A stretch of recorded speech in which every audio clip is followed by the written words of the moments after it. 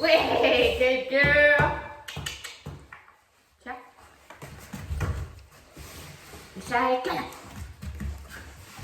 Ouais, quel cœur. Câlin. Ouh. Oh, oh, oh, ça c'est bien.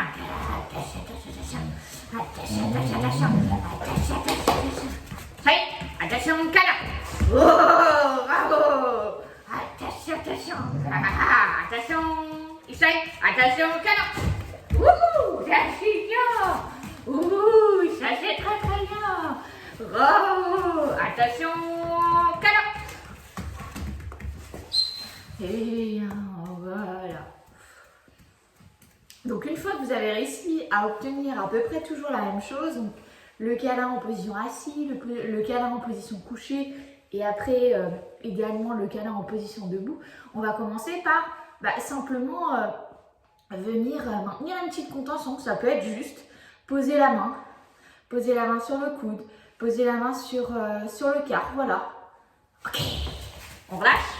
Ah, coup de jus. Et on redemande câlin. Oh, bravo, pareil. Est-ce qu'on arrive à faire une petite contention toute simple du chien? Ok. Attention, câlin.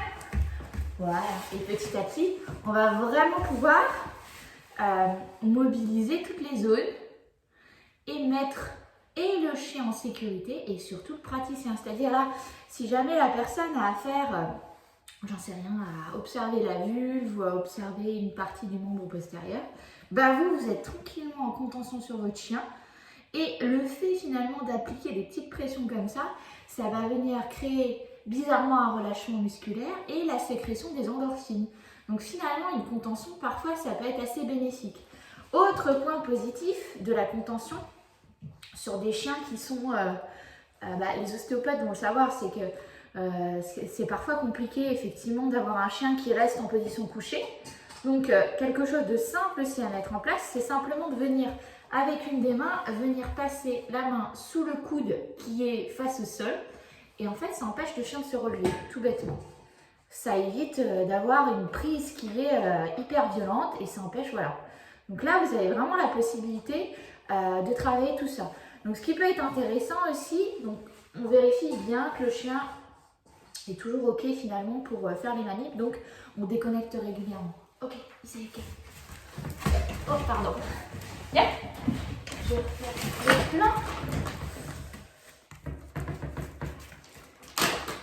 Il va descendre, je suis désolée, c'est l'électrocute depuis tout à l'heure. Personne agréable.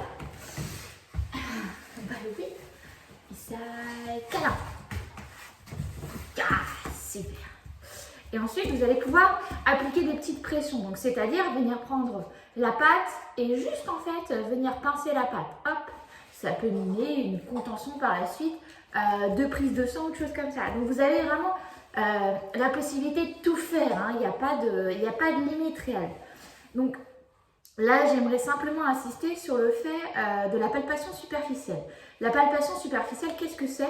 C'est une palpation qui n'a même pas de toucher. C'est-à-dire, il faut que vous arriviez, donc on met le chien, on part du principe qu'elle, sa position de consentement, c'est vraiment d'avoir la tête sur mes cuisses, ok? Une fois qu'elle a cette position-là, je récompense